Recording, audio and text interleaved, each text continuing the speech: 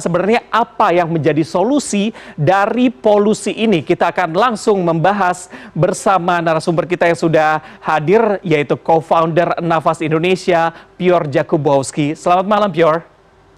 Selamat malam semuanya. Pior, tadi kita sudah lihat bagaimana kualitas udara Jakarta pagi ini tertinggi begitu ya. Kalau dengan saat ini atau tadi sore, kualitasnya seperti apa, Pior?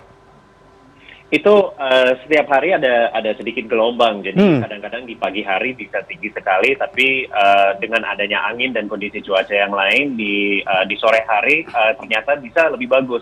Jadi saya barusan cek sekarang dari sensor networknya Nafas di sekitar Jabodetabek kita ada lebih dari 120 sensor. Itu banyak yang kuning sama masih ada yang orange sama merah. Jadi kita tetap harus melindungi kesehatan dengan pakai masker. Ini masker saya yang N95 itu juga.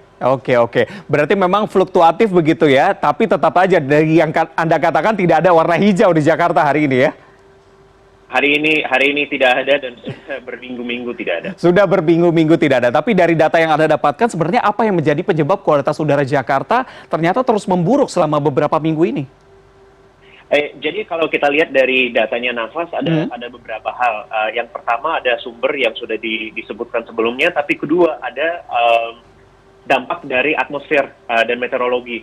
Jadi kalau kita lihat dari sisi musim yang sekarang kita masuk kepada musim kemarau. Di musim kemarau karena anginnya lebih rendah daripada musim hujan, itu atmosfernya jadi lebih stabil. Kalau jadi lebih stabil, polusi PM 2.5 ini bisa numpuk. Dan kalau numpuk, ya konsentrasinya tinggi.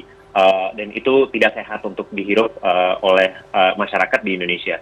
Oke, betul sekali. Karena saya mengutip nih dari Kepala Dinas Lingkungan Hidup DKI Jakarta, Asep Kuswanto, yang ternyata malam ini tidak bisa bergabung sama kita. Dia mengatakan bahwa memang sudah biasa nih musim kemarau, kualitas udara buruk di Jakarta terjadi, nanti akan kembali sehat ketika musim hujan. Tapi sebenarnya seberapa efektif hujan untuk menghilangkan polusi, terutama PM 2.5 tadi di Jakarta? Kalau kita lihat dibandingkan angin sama hujan sih, angin lebih bagus. Angin lebih bagus. Ya polusinya mungkin tidak ada di tempat kita, dibawa ke tempat yang lain. Kalau dari hujan itu kadang-kadang bisa ada situasi di mana ada hujan tapi polusinya masih tinggi. Tapi hal yang kayak mengkhawatirkan kita adalah angin sama hujan itu bukan hal yang kita bisa kontrol.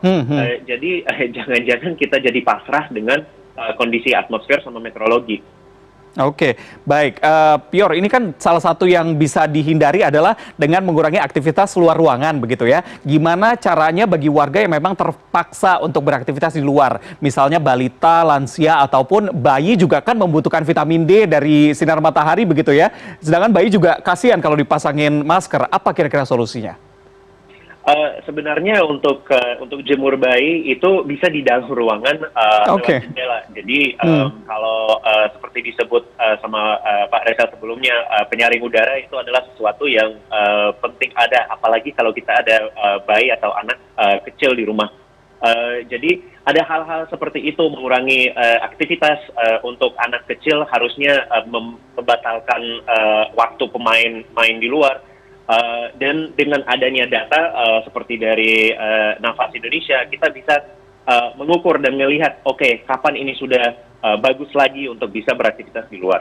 Oke, Pior, tapi jika dibandingkan dengan tahun lalu, begitu, apakah memang, kalau tadi saya mengutip dari Kepala DLH yang mengatakan bahwa memang, ini naik turun begitu ya, ketika musim hujan nantinya akan lebih baik. Kalau kita bandingkan dengan data tahun lalu, 2022, apakah memang seperti itu, Pior?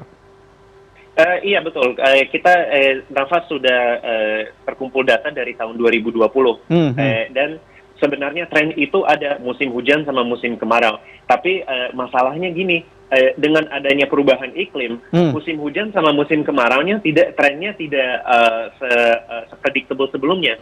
Jadi seperti disebut teman-teman dari KLHK sama BMKG, ini kita masuk ke dalam tahun El Nino, di mana musim kemarau bakal lebih panjang begitu ya? Dan ada kemungkinan lebih banyak kebakaran hutan yang terjadi, dan bisa ini jadi faktor tambahan kepada polusi udara yang kita ada di Pulau Jawa. Oke, baik. Lagi-lagi Anda katakan juga kita tidak bisa bergantung pada cuaca yang memang unpredictable tadi begitu ya. Tapi sebenarnya solusi apa yang bisa dilakukan oleh pemerintah? Kalau misalnya saya boleh mengutip nih solusi dari penjabat Gubernur DKI Jakarta Heru Budi Hartono yang mengatakan bahwa dia sudah mengganti kendaraan listrik begitu, sudah menanam pohon juga. Apakah ini cukup efektif begitu? Kalau kita lihat dari tadi yang ada di screen-nya tadi itu sumber terbesarnya ada mobil. Nah, tapi kalau untuk ada efek yang besar itu transisinya harus jadi jauh lebih cepat. Jadi kalau di Jakarta yang jumlah kendaraan mobil sama motor itu udah belasan juta. Kalau mobil listrik sama motor listriknya cuma 100 ribu, 50 ribu itu nggak pengaruh.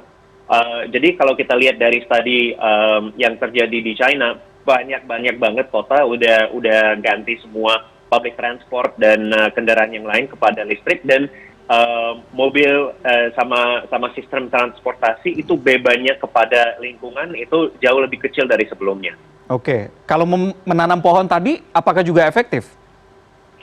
Untuk mengurangi PM 2,5 itu sayangnya tidak. Ada satu hal yang penting untuk diingatkan bahwa PM 2.5 itu seperti debu, fine particle, kecil banget. Dan pohon kita itu bukan filter. Yang terjadi di pohonnya itu debu ini tertempel kepada daun. Ini proses namanya deposisi, dan benar-benar tidak hilang nanti dari daunnya dicuci oleh hujan.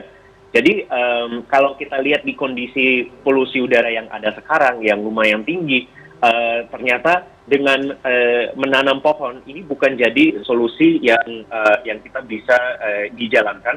Harus ada solusi yang lain antara mengurangi polusi yang datang dari sumber yang ada, sumber transportasi, sumber elektrik, sumber industri, sumber energi, sama pengelola sampah yang sekarang ada banyak yang bakar-bakar.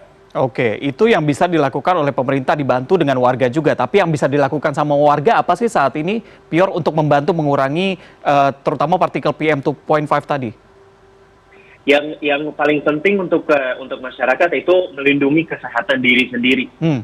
Karena dengan jumlah sumber yang kita ada di kota besar seperti Jakarta, itu satu persatu susah banget untuk bisa ada efek yang benar-benar besar. Jadi dengan adanya strategi dalam 4 kategori yang tadi, misalnya transportasi elektrik, mobil sama motor elektrik yang harganya ke depannya bisa lebih rendah, itu dari kita pribadi benar-benar bisa menjalankan beberapa strategi untuk bisa mengurangi sumber pribadi. Oke, yang paling penting adalah saat ini proteksi diri kita sendiri dan juga keluarga agar tidak terkena efek jangka panjangnya dari menghirup polutan PM 2.5 tadi. Terima kasih, Pior. Harapannya memang ke depan kita bisa melihat langit cerah di Jakarta dengan kualitas udara yang bagus ya. Terima kasih, selamat malam. Terima kasih banyak.